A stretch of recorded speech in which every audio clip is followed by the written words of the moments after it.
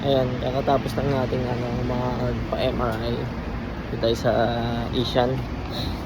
And yun nga, yung injury natin sa legs, ito yan, malalaman na natin bukas yung result. And share ko lang din, yun nga, medyo costly yung magpa-MRI. And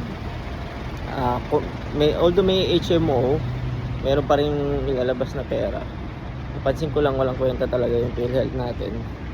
Kasi imagine nyo, meron 61 billion na hindi gumagalaw na kinuha nila, binalik.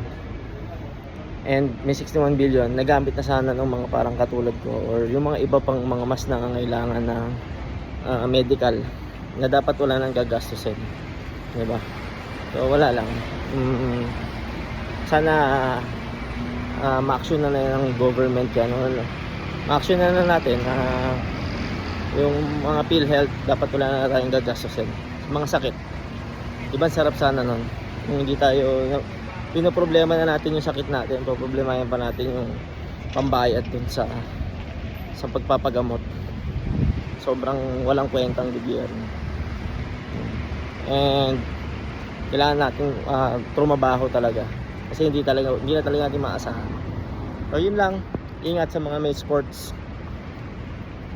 Have a nice day and happy holiday.